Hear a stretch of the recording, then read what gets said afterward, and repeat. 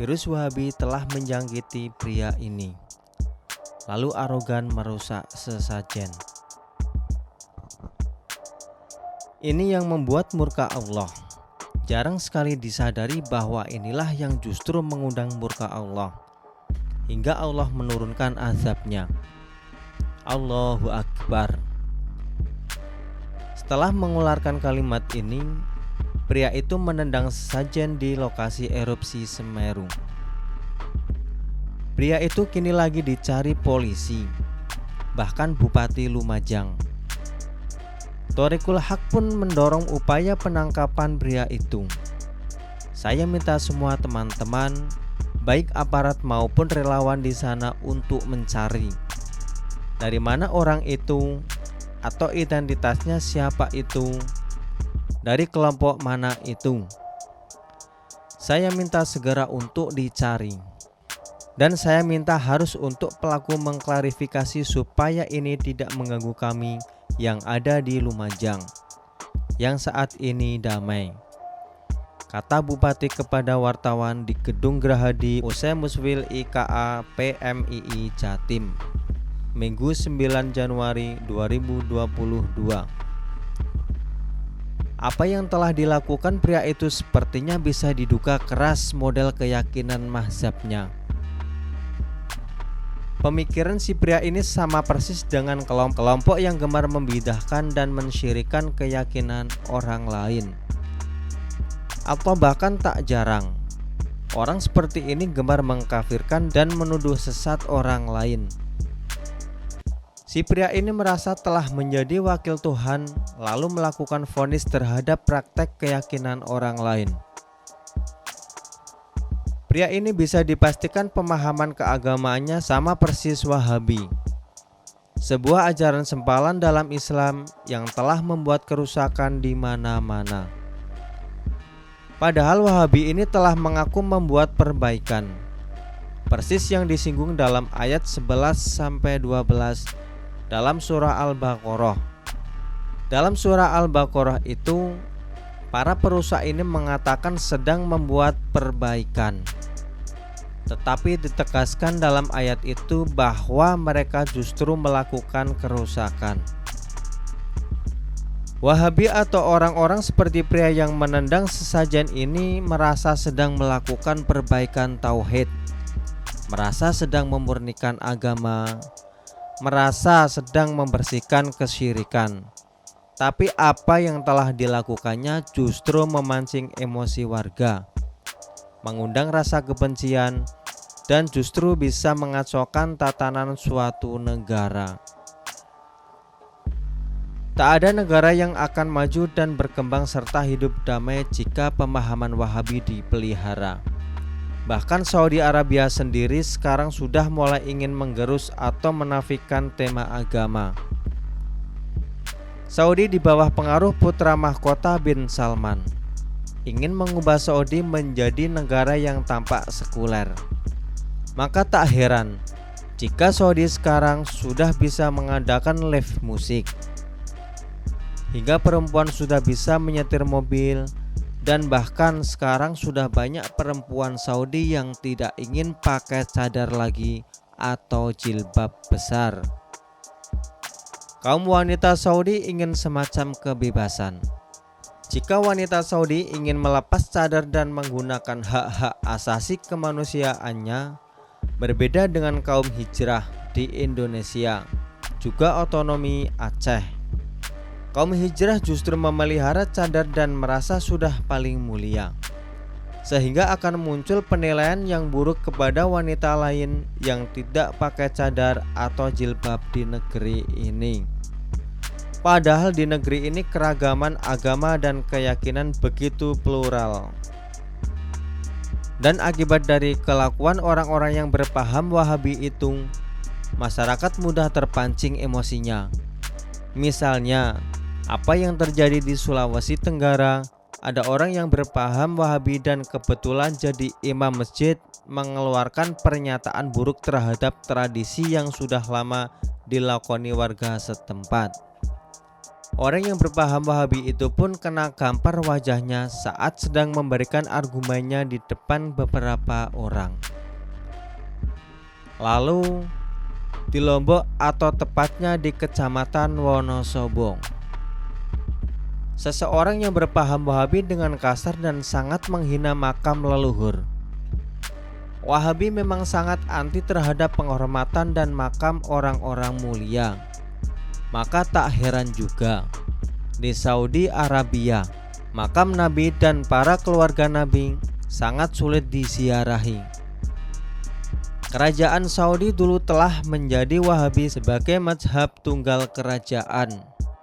Dan sontak saja Masjid Nabawi dan Mekah di bawah kekuasaan Wahabi. Di Mekah dan Madinah, di mana Nabi Muhammad pernah hidup, seolah-olah jejaknya akan dihapus dengan alasan syirik, sehingga banyak bangunan sejarah dihancurkan. Bahkan pemakaman bagi yang seharusnya bisa lebih indah daripada saat ini. Wahabi adalah mazhab yang sangat kaku dan sengaja dibentuk untuk mengacaukan dunia Islam, serta mazhab yang akan menularkan virus-virus intoleransi, virus radikalisme, dan virus anti kebinekaan. Selama ini Wahabi diberi ruang yang begitu longgar di negeri ini karena karakter bangsa Indonesia memang ramah menerima para pendatang. Cepat percaya pada orang lain, apalagi Wahabi muncul dengan tampilan religius, maka akan dinilai sebagai kaum yang sangat bersahaja dan spiritual.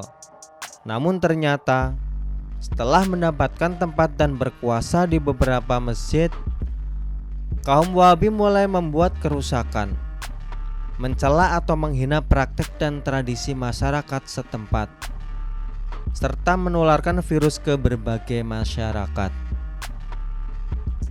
termasuk merambah atau menulari beberapa selebriti Indonesia dan beberapa pejabat serta beberapa aparat. Lalu lahirlah kekacauan dan bahkan upaya hukum bisa mandek jika virus Wahabi ini sudah tertanam kuat di benak beberapa aparat dan beberapa oknum pejabat tinggi. Wahabi anti maulid Nabi Muhammad. Tentu kaum Wahabi ini punya argumen sendiri soal itu, tapi tetap saja argumennya lemah dan kaku, sehingga agama bisa dibuatnya kering karena praktek kewahabian merusak silaturahmi sesama kaum muslimin dan bahkan antar agama. Contohnya, kaum Wahabi setiap tahun sering mengharamkan soal selamat Natal. Dari pengharaman ini banyak yang terpengaruh dan kita sudah saksikan kegaduhannya. Nah, dari jabaran panjang lebar di atas, pria yang menendang sesajen itu sepertinya sudah terjangkit virus Wahabi. Hal itu terlihat dari ucapannya. Di Suriah, pemahaman Wahabi bergradasi, lalu muncul ISIS dan semacamnya. Dan kita tahu sendiri, Suriah porak-poranda karena ISIS. Dengan pemahaman seperti itu, bangunan-bangunan bersejarah dihancurkan. Dan di Afghanistan pernah dikabarkan ada patung Buddha yang berumur ribuan tahun juga telah dihancurkan oleh sekelompok orang yang pahaman keagamaannya dari cikal bakal Wahabi. Di Indonesia dengan keragamannya ini, Islam yang santun dan bijak bisa fleksibel dengan budaya dan tradisi di Indonesia. Makanya Islam jenis ini sangat awet dan penuh kebijaksanaan. Tapi sayangnya, kemunculan Wahabi yang bertopeng Ahlul Sunnah rupanya akan mengubah wajah Islam menjadi garang.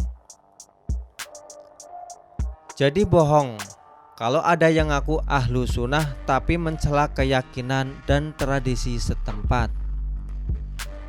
Meskipun tidak setuju dengan keyakinan orang lain, toh ada sikap bijak yang bisa dilakukan sehingga hidup damai tercipta. Selama Wahabi ini bebas bicara di atas mimbar di negeri ini, selama itu pula negara akan sering terancam. Karena target Wahabi adalah memusnahkan keyakinan lain. Mereka ingin negara ini tunggal keyakinannya. Tapi sayangnya, kalangan Wahabi juga pecah kongsi.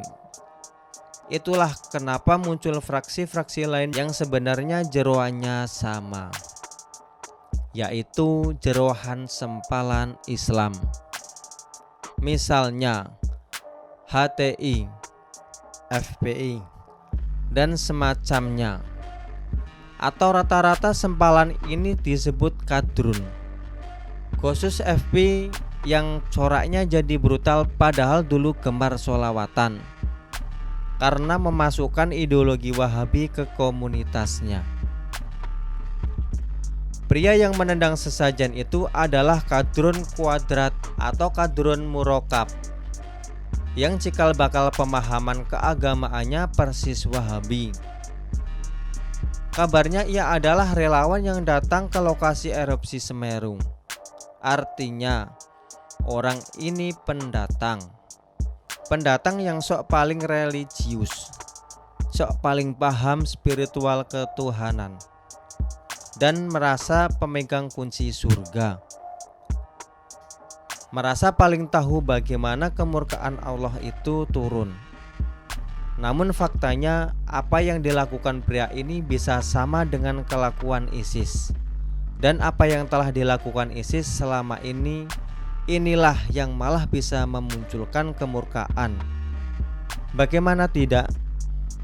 Dengan cara kekerasan dan pemaksaan keyakinan akan melahirkan keributan dan menciptakan orang-orang yang mabuk agama. Jadi, pria itu wajib diproses hukum. Ahli hukum mungkin bisa melihat celah itu, atau hukum adat setempat harus berbicara tegas, atau pria ini harus dibersihkan virus Wahabi dalam pikirannya.